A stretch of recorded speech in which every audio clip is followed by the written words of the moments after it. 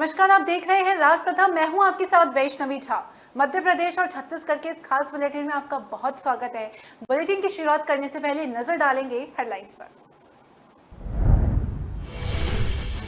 MP के 4.5 लाख लाभार्थियों के गृह प्रवेश कार्यक्रम में शामिल हुए पीएम नरेंद्र मोदी। डिजिटल माध्यम से दिया सौगात। रीवा में दर्दनाक सड़क हादसा, बस और टक्कर में 15 लोगों की हुई मौत, 40 से ज्यादा घायल।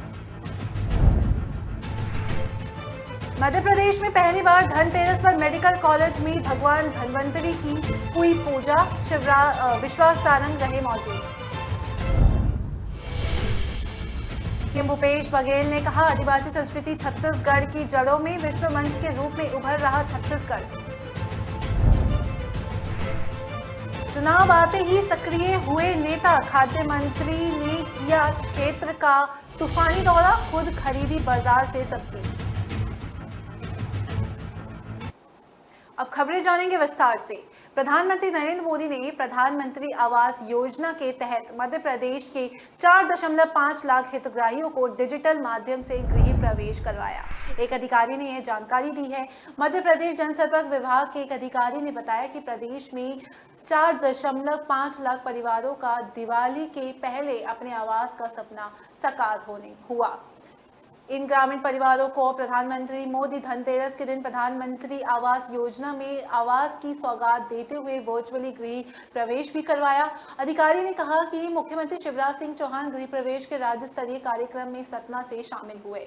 कार्यक्रम की शुरुआत 3 बजे के आसपास हुई। वहीं अधिकारी ने यह भी बताया कि प्रधानमंत्री आवास निर्माण में मध्य प्रदेश के अग्रणी राज्यों में भी शामिल है। उन्होंने बताया कि प्रदेश में न केवल आवास निर्माण का कार्य तेजी से हो रहा है, बल्कि निर्माण गुणवत्ता का भी पूरा ध्यान रखा जा रहा है। अधिकारी ने बताया कि प्रदेश में योजना में अब तक 48 लाख ग्रामीण आवास स्वीकृति हुई है, जिनमें से 29 लाख आवास पूर्ण हो गए हैं। उन्होंने बताया है कि इन आवासों पर 35,000 करोड़ रुपए से अधिक व्यय हुआ है। इस विशेष परियोजना में गुना और श्योपुर जिले में 18,300 के आसपास आवास जो है वो स्वीकृत हुए हैं। अधिकारी ने यह भी बताया कि प्रधानमंत्री आवास योजना के बजट में पिछले वित्त वर्ष की तुलना में इस वर्ष के बजट में 400% के ऐतिहासिक वृद्धि की गई है। उन्होंने साथ ही ये भी कहा कि इस वित्त वर्ष में योजना पर अमल के लिए राज्य के लिए 10,000 करोड़ रुपए का बजट प्रावधान भी है, जिसमें 6,000 करोड़ रुपए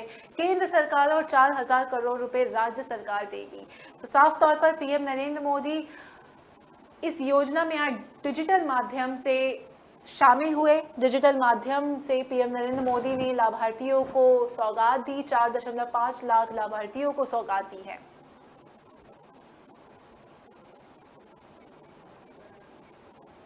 वहीं मध्य प्रदेश के रीवा में 3 वाहनों की टक्कर से भीषण सड़क हादसा हो गया। हादसे में 15 लोगों की मौत हो गई और 40 से ज्यादा लोग घायल हो गए। उत्तर प्रदेश और मध्य प्रदेश की सीमा से जुड़ने वाला राष्ट्रीय राजमार्ग 30 पर यह हादसा हुआ। जानकारी के अनुसार हादसा शुक्रवार शनिवार की दरियामिनी रात को हुआ। जिस वक्त ये हादसा हुआ उस समय बस जबलपुर से रीवा के रास्ते प्रयागराज जा रही थी। सूचना मिलते ही सुहागी पुलिस मौके पर पहुंची और बस में फंसे यात्रियों को बाहर निकाला। घायलों को त्योथर सिविल अस्पताल में भर्ती कराया गया। रीवा के पुलिस अधीक्षक नवनीत वसीम ने जानकारी दी कि सुहागी पहाड़ के पास बस ट्रॉली और ट्रकर की टक्कर में 15 लोगों की मौत हो गई। उन्होंने बताया कि 40 से ज्यादा लोग घायल हो गए हैं और जिसमें से 20 को उत्तर प्रदेश के प्रयागराज के अस्पताल में भर्ती कराया गया है। बस हैदराबाद से चली थी और जो कि उसे गोरखपुर को जाना था। बस में सवार लोग यूपी, बिहार और नेपाल के रहने वाले थे। रीवा एसपी के मुताबिक सुहागी पहाड़ी से उतरने के वक्त आगे चल रहे एक ट्रक से पहले एक ट्रॉली टकराई और फिर बस उसी में जा भिड़ी। हादसे में जान गंवाने वाले उत्तर प्रदेश के बलरामपुर, गोंडा और गोरखपुर से बताए जा रहे हैं। जानकारी के मुताबिक बस में 100 से ज्यादा लोग सवार थे। वहीं लोग त्योहार पर अपने घर भी लौट रहे थे। हादसे में 3 लोगों की मौके पर ही मौत हो गई, जबकि 11 लोगों ने अस्पताल में इलाज के दौरान दम तोड़ दिया। वहीं मध्य प्रदेश के मुख्यमंत्री शिवराज सिंह चौहान ने इस हादसे को लेकर दुख जताया और मृतकों के परिजनों के प्रति शोक संवेदना व्यक्त की। हादसे के बाद बस और ट्रक मौके पर ही बताए जा रहे हैं, जबकि तीसरा वाहन फरार हो गया। पुलिस पास के टोल प्लाजा के सीसीटीवी कैमरे की मदद से पता लगाने की कोशिश की जा रही है कि तीसरा वाहन किस तरफ गया। हादसे में जान गंवाने वाले और घायल लोग मजदूर बताए जा रहे हैं। फिलहाल मृतकों और घायलों के परिजनों से प्रशासन संपर्क साधने का प्रयास कर रहा है। तो आज ये रीवा में, मध्य प्रदेश के रीवा में दर्दनाक हादसा हुआ, जहां पर कई लोग जो है वो घायल हो गए और कई लोग 15 लोगों की मौत हो गई, 40 से ज़्यादा लोग घायल हो गए। कुछ लोगों ने अस्पताल में इलाज के दौरान दम तोड़ दिया।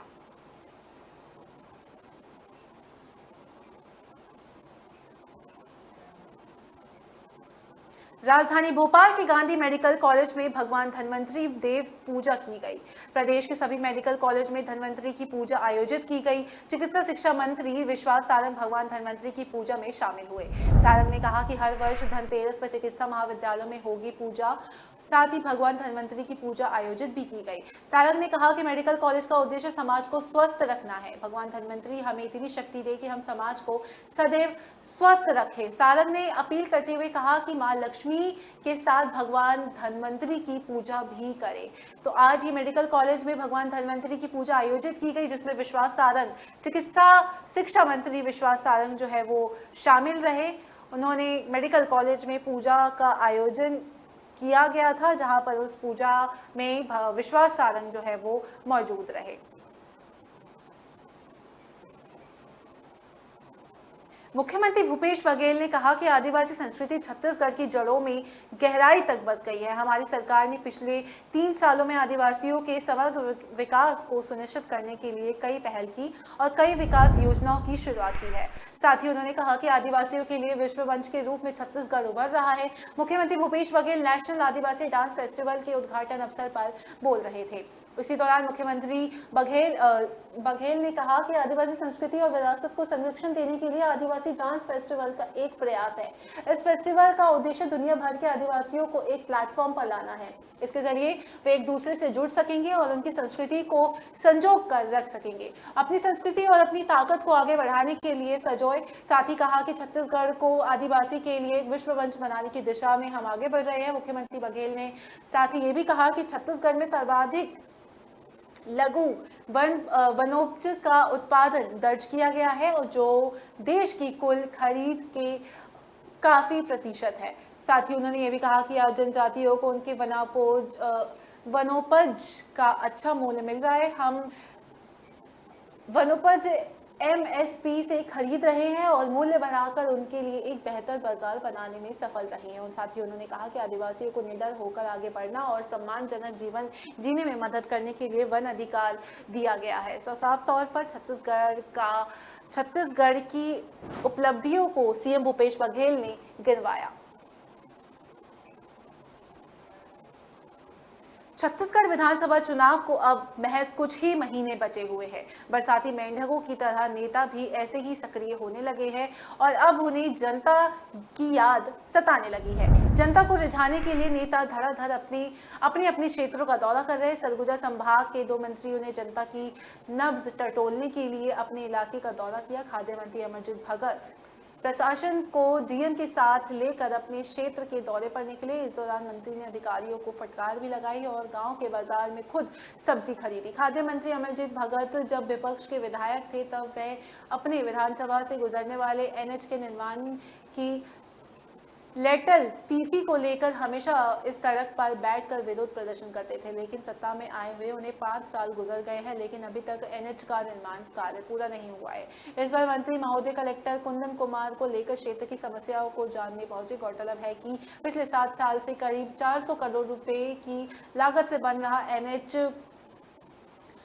43 का तीसरा ठेकेदार भी काम छोड़कर चला गया है, जिस पर उन्होंने कहा कि ठेकेदार के काम छोड़ने के बाद कलेक्टर के माध्यम से केंद्र सरकार से संबंधित अधिकारियों से बात की जा रही है, जिसके बाद काम फिर से जल्द शुरू हो जाएगा। आदिवासी समाज से आने वाले छत्तीसगढ़ के खाद्य मंत्री 4 बार से सरगुजा के सीतापुर विधानसभा से विधायक रह चुके हैं और इस बार सत्ता होने के कारण वे कैबिनेट मंत्री भी बनाए गए हैं। जब तक मंत्री जी विधायक थे, अक्सर गांव देहात में अपने देसी अंदाज में नजर आते थे, लेकिन मंत्री बनने के बाद अब वह व्यस्त हो गए हैं। लेकिन आज मंत्री जी का वही विधायक वाला रूप देखने को मिला। दौरा करते समय मंत्री महोदय वतौली पहुंचे और वहां बाजार से अपने घर के लिए खुद सब्जी खरीदने पहुंचे थे। सब्जी खरीदी के दौरान एक महिला ने अनुकंपा नियुक्त के मामले में मंत्री जी से शिकायत की। जिस तरह मंत्री ने महिला को समाधान का आश्वासन दिया, उन्होंने अधिकारियों को महिला की समस्या के जल्द से जल्द समाधान करने का निर्देश दिया। फिलहाल वक्त हो चला एक छोटी सी ब्रेक का। बने रहिए राज प्रथम के साथ।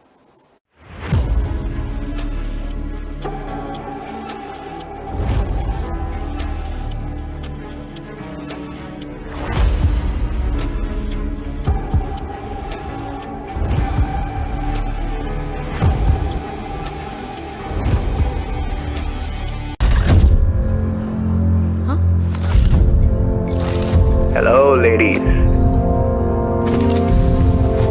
नील, मेरी चांद के लिए चांद का टुकड़ा।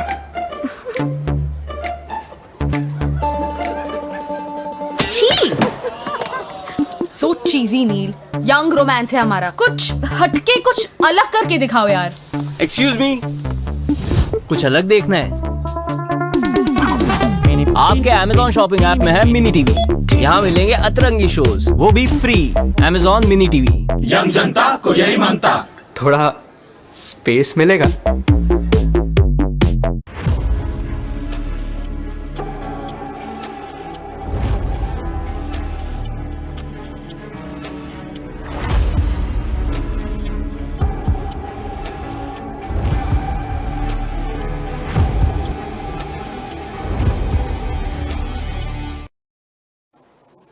ब्रेक के बाद स्वागत है आपका। बढ़ेंगे अगली खबर की ओर। नेशनल ग्रीन ट्रिब्यूनल ने रायसेन की रेत खदानों पर रोक लगा दी है, जिसकी बताई जा रही है कि मध्य प्रदेश के रायसेन जिला प्रशासन द्वारा ठेकेदारों को लाभ पहुंचाने की कोशिश की गई है।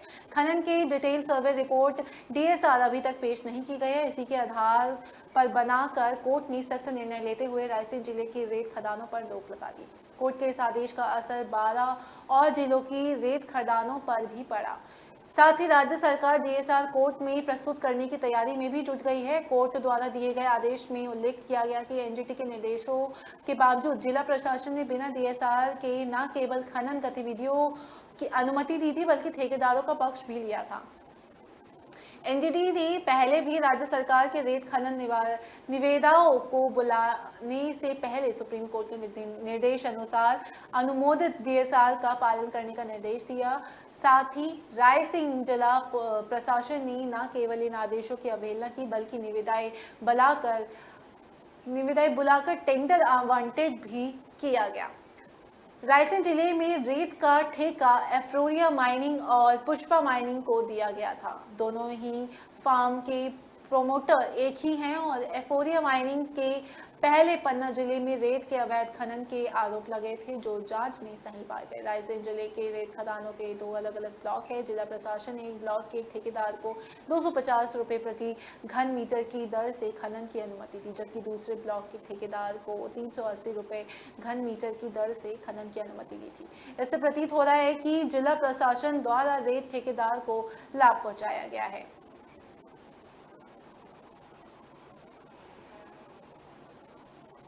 छत्तीसगढ़ में 11 अक्टूबर से परिवर्तन निदेशालय यानी कि ईडी का एक्शन जो है वो जारी है। छत्तीसगढ़ इन्फोटेक प्रमोशन सोसाइटी के सीईओ समीर बिश्नोई को ईडी कोर्ट में पेश किया गया, लेकिन इससे पहले राज्य सरकार ने समीर बिश्नोई को चिप्स के सीईओ पद से भी हटा दिया। अब चिप्स के कमान आईएएस अफसर रितेश कुमार अग्रवाल को सौंपी गई है। ईडी ने आईएएस अधिकारी समीर बिश्नोई और 2 व्यापारियों को 13 अक्टूबर को गिरफ्तार किया था। साथ ही छत्तीसगढ़ के समान प्रशासन विभाग ने 19 अक्टूबर को छत्तीसगढ़ पाठ्य पुस्तक निगम के प्रबंध संचालक रितेश अग्रवाल को चिप्स का अतिरिक्त प्रभार दिया गया। इसके लिए आदेश जारी किया गया है। साथ ही आपको बता दें कि आईएएस समीर बिश्नोई की इसी साल चिप्स के सीईओ बनाए गए थे। इसके अलावा मैकफेड के प्रबंधक संचालन भी की। साथ ही इसकी अतिरिक्त जिम्मेदारी भी दी गई। लेकिन समीर बिश्नोई पिछले 8 दिन से ईडी की गिरफ्त में है और ईडी समीर बिश्नोई से पूछताछ कर रही है। उन्होंने शुक्रवार को रायपुर के स्पेशल कोर्ट में पेश किया गया और साथ ही आईएएस समीर बिश्नोई और 2 कार्यवादियों से ईडी की पूछताछ चल रही है। रायपुर कोर्ट ने दिन के रिमांड पर लिया था और जो 21 अक्टूबर को पूरा हुआ, यानी कि कल ईडी फिर से समीर बिश्नोई को रायपुर के कोर्ट में पेश कर सकती है और इसके अलावा लक्ष्मीकांत तिवारी और सुनील अग्रवाल को भी कोर्ट में पेश किया गया। कोर्ट में पेश करने से पहले ही ईडी ने समीर बिश्नोई के दफ्तर में भी रेड किया, साथ ही रायपुर के चिप्स के दफ्तर में भी ईडी ने छानबीन की।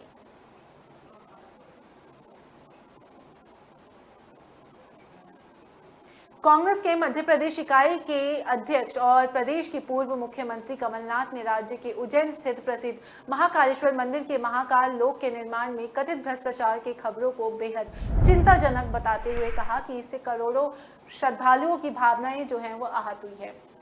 कमलनाथ ने भारतीय जनता पार्टी की सीएम शिवराज सिंह चौहान के नेतृत्व वाली सरकार पर तंज कसते हुए ट्वीट किया और कहा कि भ्रष्टाचार, घोटाले, फर्जीवाड़ा ये शिवराज सरकार का अभिन्न अंग बन चुका है। अब उज्जैन के महाकाल लोक के निर्माण कार्य में भ्रष्टाचार की खबरें बेहद चिंताजनक है। इन खबरों से करोड़ों लोगों की भावनाएं आहत हुई है। कमलनाथ ने लिखा कि इसकी निष्पक्ष और उच्च स्तरीय जांच होनी चाहिए, जिसकी दोषी कोई भी हो बख्शे नहीं जाने चाहिए। कमलनाथ ने कहा कि शिवराज सरकार में हर योजना, हर काम में भ्रष्टाचार के मामले सामने आते हैं, चाहे वर्तमान में पोषण आहार का मामला हो, गरीबों को राशन कार्ड का देने का मामला हो, साथ ही कारम बांध निर्माण का मामला हो या पूर्व के सिंहस्थ से लेकर पौधारोपण, व्यापम डंपर, ई टेंडर और अन्य मामले हो। मीडिया के एक वर्ग से खबरें कहा गया कि मध्य प्रदेश लोकायुक्त ने महाकाल लोक के निर्माण में कथित भ्रष्टाचार के लिए भारतीय प्रशासनिक सेवा के 3 अधिकारियों सहित कई अफसरों को नोटिस भेजा गया। लोकायुक्त के एक अधिकारी ने इस बात की पुष्टि की और पुष्टि जारी करते हुए कहा कि नोटिस भी जारी हुआ है, लेकिन इसके आधार पर एक बारे में विस्तृत जानकारी देने से इनकार किया गया। इसकी उच्च स्तरीय जांच भी की जा रही है।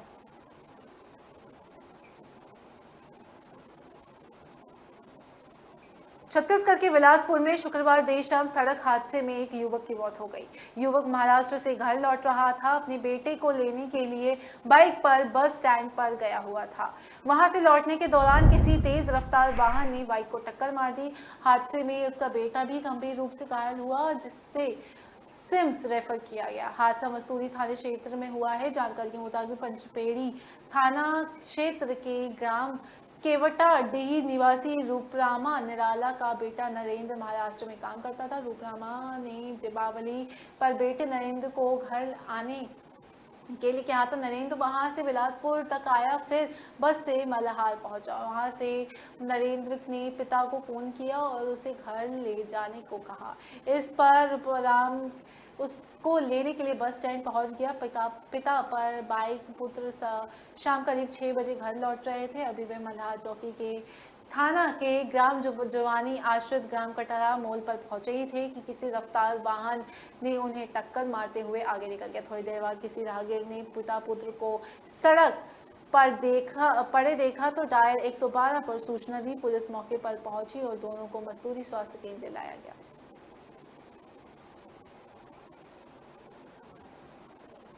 आवारा कुत्तों के आतंक का शिकार सबसे ज्यादा छोटे बच्चे हो रहे हैं। दिल्ली, नोएडा, गाजियाबाद जैसे शहरों में कुत्तों के काटने का शिकार होने वाले बच्चों की खबरें सुर्खियों में आती ही रहती है। लेकिन इस बार मामला मध्य प्रदेश के खरगोन का है, जहां पर कुत्तों ने मिलकर 5 साल की बच्ची पर हमला कर दिया। बुरी तरह से नोचे जाने के बाद उसे अस्पताल ले जाया गया, लेकिन बच्ची को बचाया नहीं जा सका। कुत्ते को हमले पर जिम्मेदारी को ध्यान देने की जरूरत है, क्योंकि शहर बदलते हैं लेकिन घटना वही रहती है। जानकारी के अनुसार मध्य प्रदेश के खरगोन जिले के बोदिया थाना क्षेत्र के बकवा गांव में आवारा कुत्तों के हमले में एक मासूम की जान चली गई। आवारा कुत्तों के हमलों में 5 साल की अबोध बच्ची गंभीर रूप से घायल हो गई थी। उसे बुरी स्थिति में अस्पताल ले जाया गया, लेकिन अस्पताल में इलाज के दौरान बच्ची ने दम तोड़ दिया। जानकारी के मुताबिक 21 अक्टूबर की शाम 5 साल की बच्ची ही स्थित एक दुकान पर कोई सामान खरीदने गई हुई थी। उस समय आवारा कुत्तों ने बच्ची पर हमला किया और कुत्तों के हमले के बाद बच्ची को चीख चीखने लगी। साथ ही पुकार सुनकर आसपास के लोग दौड़े और आवारा कुत्तों को भगाया, लेकिन तब तक देर हो चुकी थी। कुत्ते ने हमले के दौरान मासूम बच्ची को कई जगह से बुरी तरह से नोच लिया था। मासूम चिल्लाती रही। जब इस बात की जानकारी आसपास के लोगों ने परिजनों को दी तो वह बदावास होकर दौड़ पड़े और घटनास्थल की ओर चले गए। तो इलाज के दौरान इस मासूम की जान चली गई। कुत्तों ने बच्ची का जान ले लिया, उसको नोच खा लिया। वक्त हो चला एक छोटे से ब्रेक का। बने रहिए राष्ट्र प्रथम के साथ।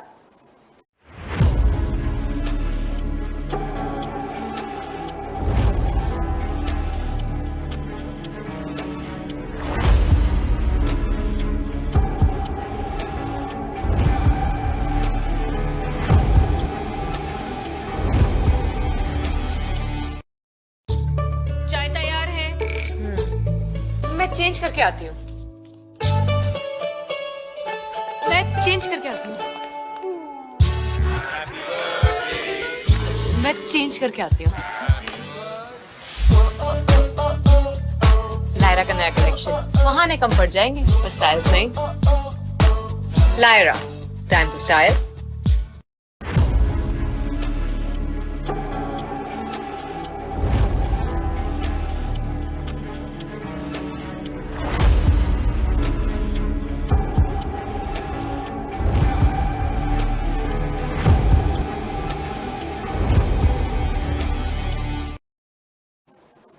ब्रेक के बाद स्वागत है आपका। रुक करेंगे अगली खबर का। मध्य प्रदेश सरकार राज्य कर्मचारियों पर लगातार मेहरबान होते हुए नजर आ रही है। दिल्ली से पहले वेतन की घोषणा के बाद अब शिवराज सरकार ने भोपाल के कर्मचारियों को एक और खुशखबरी दी है। सरकार ने भोपाल के सभी कर्मचारियों और अधिकारियों के लिए एक अतिरिक्त दिन की छुट्टी की घोषणा की है। आपको बता दें कि यह आदेश केवल भोपाल के कर्मचारियों और अधिकारियों के लिए जारी किया गया है, यानी दिवाली के अगले दिन भी भोपाल जिले में अवकाश रहेगा। साथ ही 24 अक्टूबर को दिवाली है, लेकिन 25 अक्टूबर की भी भोपाल में छुट्टी रहेगी। राज्य शासन ने भोपाल जिले के लिए इस स्थानीय अवकाश की घोषणा की है। कल से 5 दिवसीय दीपोत्सव पर्व की शुरुआत हो जाएगी। साथ ही इस पर्व को लेकर लोगों में जमकर उत्साह देखा जा रहा है। कोरोना की वजह से लगातार 2 सालों तक रही पाबंदियों के बाद इस बार बाजार गुलजार हो रहे हैं। लोग बड़ी संख्या में खरीदारी करने के लिए अपने घरों से निकल रहे हैं। दिवाली को लेकर बाजार पूरी तरह से सज धज कर तैयार है। इसी बीच शिवराज सरकार भी अपने कर्मचारियों पर मेहरबान होती हुई दिखी। दिवाली से पहले कर्मचारियों को वेतन देने की घोषणा के बाद अब सरकार ने कर्मचारियों को एक और अतिरिक्त छुट्टी देने की घोषणा की है। तो साफ तौर पर सीएम शिवराज की तरफ से ये ऐलान किया गया कि दिवाली के अगले दिन भी कर्मचारियों की छुट्टी रहेगी।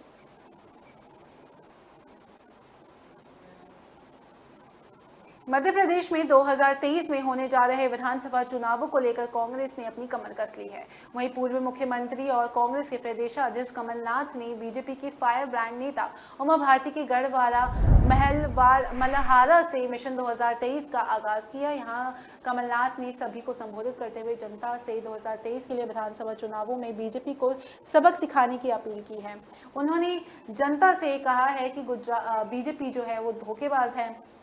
कमलनाथ का सबसे अधिक फोकस ज्योतिरादित्य सिंधिया के समर्थक विधायकों पर है। इन्हीं विधायकों की वजह से महज 15 महीने का कार्यकाल में ही कांग्रेस की सरकार गिर गई थी। उमा भारती के गढ़ माने जाने वाले बड़ा मल्हारा में सभा को संबोधित करते हुए कांग्रेस चीफ कमलनाथ ने कहा कि भारतीय जनता पार्टी सौदेबाज पार्टी है। उन्होंने कहा कि आप सभी के सहयोग से साल 2018 के विधानसभा चुनाव में प्रदेश में कांग्रेस से सरकार बनी थी, लेकिन बीजेपी ने सौदा कर जनता की उम्मीदों पर पानी फेर दिया। साथ ही उन्होंने कहा कि मैं सौदे की राजनीति नहीं करता और फिर 2023 में होने जा रहे विधानसभा चुनाव में इस सौदेबाज बीजेपी को सबका जो है वो सबक सिखाना जरूरी है। साथ ही उन्होंने कहा कि सरकार बनती है तो फिर किसानों का कर्जा माफ होगा। अपने दौरे के दौरान कमलनाथ ने मंडलम सेक्टर और बूथ कमेटी की बैठक भी की और साथ ही उन्होंने दिशा निर्देश भी दिया।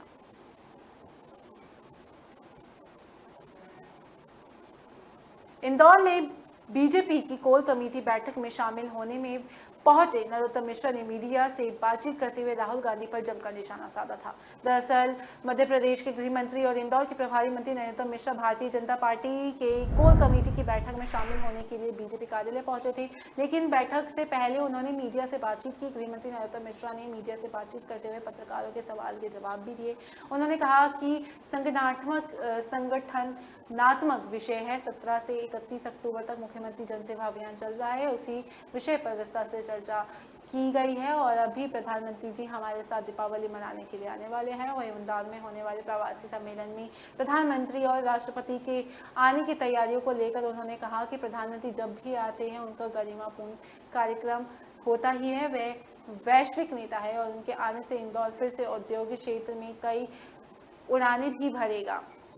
साथ ही उन्होंने कहा कि प्रदेश अब अकेले चुनाव लड़ने की स्थिति में है तो रही ही नहीं है, जितनी बची है थोड़े समय में राहुल गांधी की यात्रा भी निकल जाएगी, उसके बाद ये हस्तांचल की ओर चले जाएंगे। वहीं मध्य प्रदेश में राहुल गांधी के उज्जैन महाकाल लोक जाने के सवाल पर नरोत्तम मिश्रा ने कहा कि राहुल गांधी एक चुनावी हिंदू है, वो चुनाव के समय ही कोर्ट के ऊपर जलेबी डालते हैं। अभी रास्ते में यात्रा के दौरान जितने भी मंदिर आए कहीं भी नहीं गए क्योंकि वह चुनाव नहीं थे। मध्य प्रदेश में चुनाव है तो निश्चित तौर पर राहुल गांधी मंदिर जरूर जाएंगे।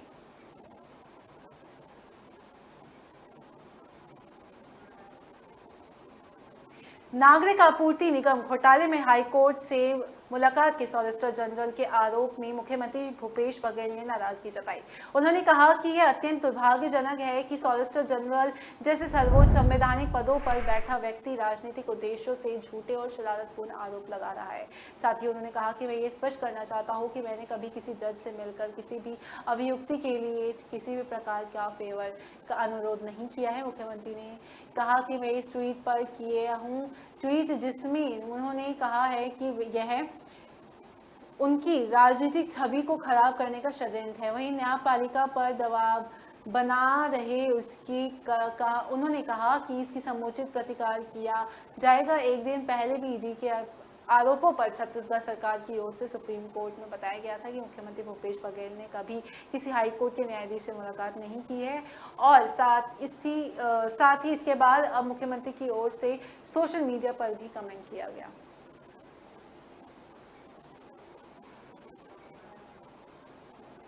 मध्य प्रदेश के भोपाल में कांग्रेस के दिग्गज नेता एक साथ पीसीसी कार्यालय पहुंचे थे। वहीं पीसीसी कार्यालय में एक अहम बैठक भी हुई थी। कांग्रेस के पूर्व मुख्यमंत्री और कांग्रेस के प्रदेश अध्यक्ष कमलनाथ और राज्यसभा सांसद दिग्विजय सिंह के नेतृत्व में बैठक हुई। इस दौरान पूर्व मुख्यमंत्री कमलनाथ विधायक प्रवक्ता मंडलम सेक्टर पदाधिकारियों के कार्यकर्ताओं के साथ चर्चा भी की। अगले महीने होने वाली भारत जोड़ो यात्रा को लेकर बड़ी रणनीति और तैयारियों को लेकर ये बैठक होने गई। साथ ही इससे पहले पूरे मध्य प्रदेश में उप पदयात्रा और जिले के निकलने की तैयारी की जा रही है, जिससे कांग्रेस राहुल गांधी की जो भारत जोड़ो यात्रा में शामिल होने से पहले मध्य प्रदेश में यात्रा को लेकर माहौल बनाने की तैयारी की जा रही है। वही विधानसभा चुनाव है और राहुल गांधी की यात्रा कहीं ना कहीं कांग्रेस के लिए संजीवनी बनते हुए देख सकती है। तो साफ तौर पर अगले महीने जो है वो कांग्रेस भारत जोड़ो यात्रा की जो यात्रा है वो मध्य प्रदेश में प्रवेश कर सकती है।